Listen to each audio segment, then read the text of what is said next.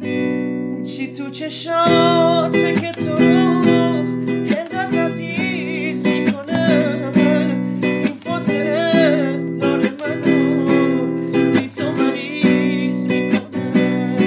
این که نگات نمیکنم یعنی گرفتار تو هم، رفتن همه اما نترس من که طرفدار تو هم.